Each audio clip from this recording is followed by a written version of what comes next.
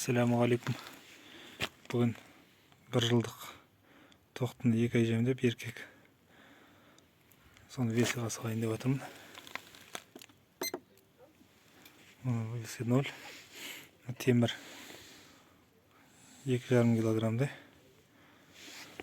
Весіға қоятын бұл.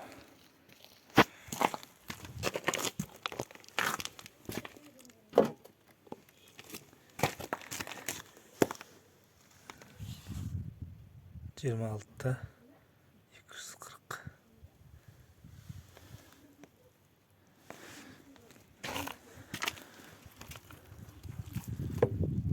Жамбас құйрығы,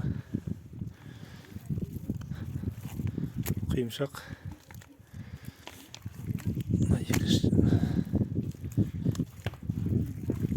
екінші жамбас.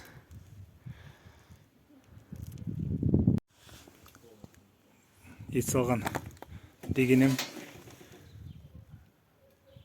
бірде 550 екен. Мен 2,5 килограммдай деп ойлағам. Одан аз болып шықты.